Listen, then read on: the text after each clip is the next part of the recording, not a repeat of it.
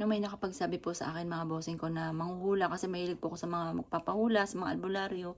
May nakapagsabi sa akin na sundan ko nga daw po si Justin. Pero inyo po mga bossing, October 27 mga bossing ko, pinanganak si Justin. Pero feeling ko mga bossing ko, pumanaw po si Jovelyn October 28.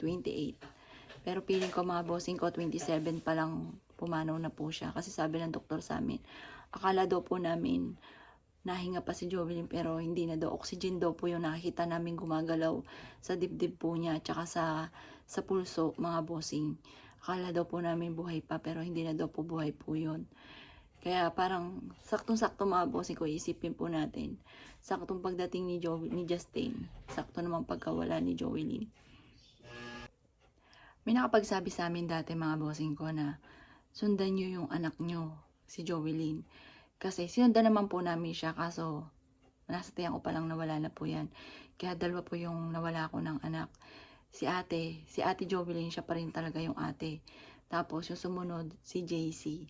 Yun na nga po mga bossing ko yung pangalawa. At tapos kung mapapansin nyo, 9 years ang pagitan ni Jovelyn at saka ni Justin. May nakapagsabi sa akin na sundan mo at swerte nga daw po yung susunod yung lalaki. Ngayon po mga bossing, pero maswerte po yan lahat ng anak ko kasi yan po ang anak ko si Jovelyn. May supot po yan ng pinanganak po yan. At saka yan po pag sinasama ko sa palengke dati, ang laki ng benta ko, ang galing po niyang bumenta.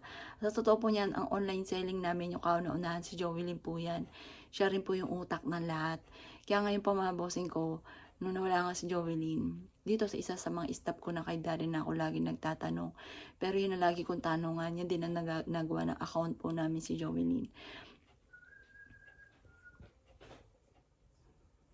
Sa mga nagtatanong sa akin mga bossing ko kung naka-move on na daw po ako, ang sabi ko lamang, ano po yun? Hindi ko ata alam po yung move on. Tama po yung napanood ko mga bossing kasi meron ako napanood. Komedyante po siya. Yung tatay naman po niyang nawala. Tapos parang may kapwa komedyante na nakapagsabi na may nagtatanong kung naka-move on na sa pangyayari. Tama po siya. Ang sabi po niya, kailanman hindi ako makaka-move on. Kaya lang, nasasanay na wala na. Yun lang mga bossing. Kasi wala rin naman magagawa kahit di masanay. Kahit naman anong gawin ko, kahit magmukmuk ako, wala na magagawa.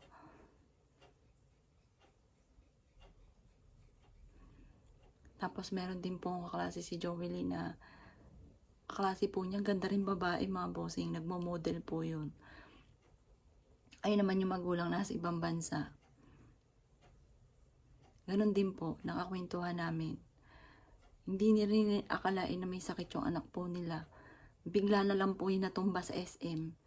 Tapos wala na, hindi na nakarating, hindi na nakaabot sa ospital mga bossing.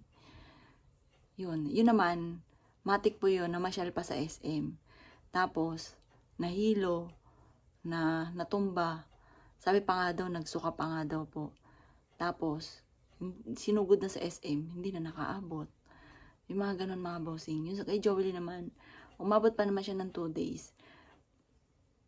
Pero parang feeling ko, kasi tignan nyo po, mahiwaga mga bossing.